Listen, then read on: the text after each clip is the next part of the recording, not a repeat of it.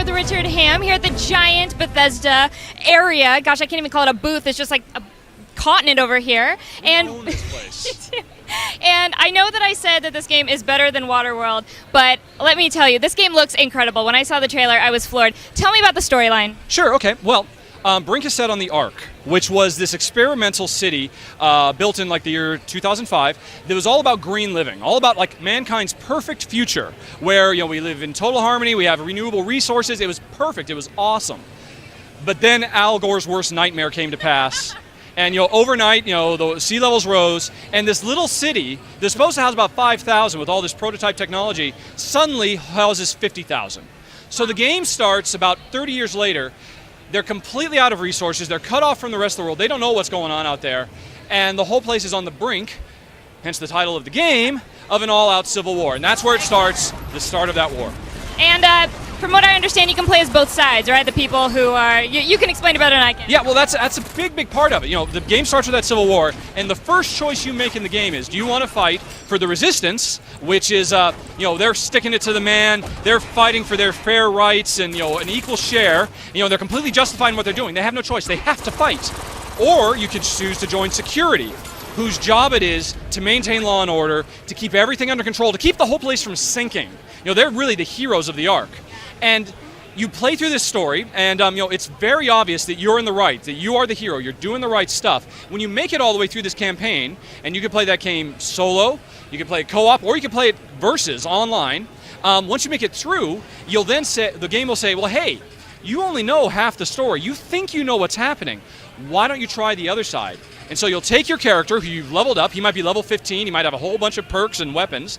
And now you'll play through the other storyline. You'll see it at a totally different point of view. You'll unlock a bunch of new levels you hadn't seen before. And it's really at the end of the game, after you think you know it all, that we ask you, well, who was the hero? Who was the villain? What was the story? Yeah, talk about replay value. That's like 2 games in one. Yes. So tell me about the customization. Are they just faces to choose from, or do you actually get to, customize the features and the clothes and the fabrics? How deep does it go? Oh, we take it to 11, basically.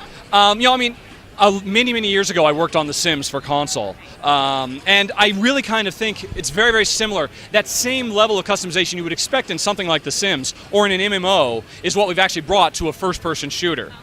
So yeah, you can change your hairstyle, you can change your hair color, you can change tattoos on your face and on your body, you can change facial paint, you can change, you can put scars, you can poke your eye out, you can change your t-shirts, you can change jackets on top of it, you can change your pants, you can change the textures and the texture colors of everything. There's so much variety, there's no choice about it. You will be totally unique. From everybody else in the world. Oh, and the most important thing, you can actually change your body size as well. You start out as like a medium guy, I guess kind of like me, but better looking. And sorry ladies, I'm married. You can actually choose as you level up to Hulk out really, really big, which makes you incredibly powerful. You have a lot of hit points. You can carry around the really big, heavy guns, but you're slow. You can't climb very much. Or you can switch, go down to a really lithe, skinny, acrobatic guy who can climb up 50. Nimble. And yeah, he's like a Spider-Man. He can jump off walls. He can do double jumps. He can do all this stuff. But a strong wind will knock you over. So you have to be really fast and really smart. So our customization gives you a lot of options for gameplay. I love that. And I must say, I just witnessed the multiplayer. You can actually disguise yourself as somebody from the other team.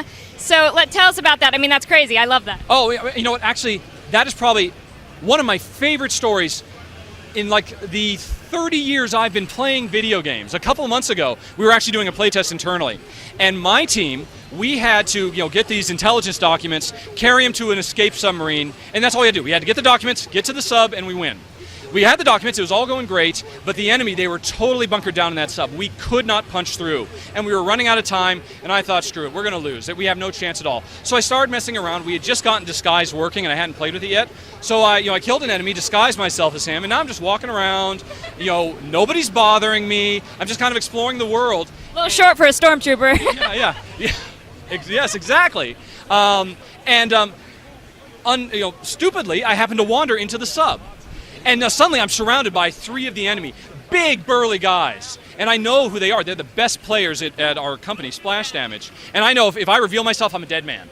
So now I'm in this like cat and mouse game where I'm one of you guys. I'm standing at the door, I'm pretending, and if they come over to the door, okay, I'll go stand over here by the window. It's all cool, guys, it's cool. And and I'm shaking, I'm like, okay, I'm a dead man. There's nothing I can do. And just then, shooting started. My team, they're carrying the intelligence documents. They were carrying one last push.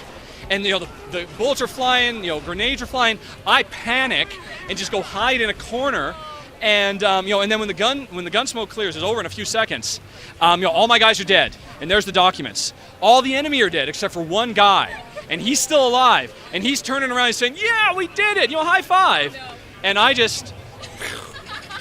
he just falls over dead. I very calmly pick up the documents, go over to the controls. The sub goes, and I'm like, start. Why did we do this? Start. But then I won. Wow. And and the thing is, that happened not because some designer like me said, hey, this is what we want to happen. Let's script it so everybody has this experience. That experience was special and unique to me because of what I did, because of what the enemy did, because of what my teammates did. And every time you play the game, you're going to have moments like that are totally unique to you. I mean, the uniqueness, the color palette, the gameplay, I mean, everything about it. I'm so stoked for this game. And when can we expect a release? We're shooting for spring 2011. Awesome. I totally can't wait. Thank you so much.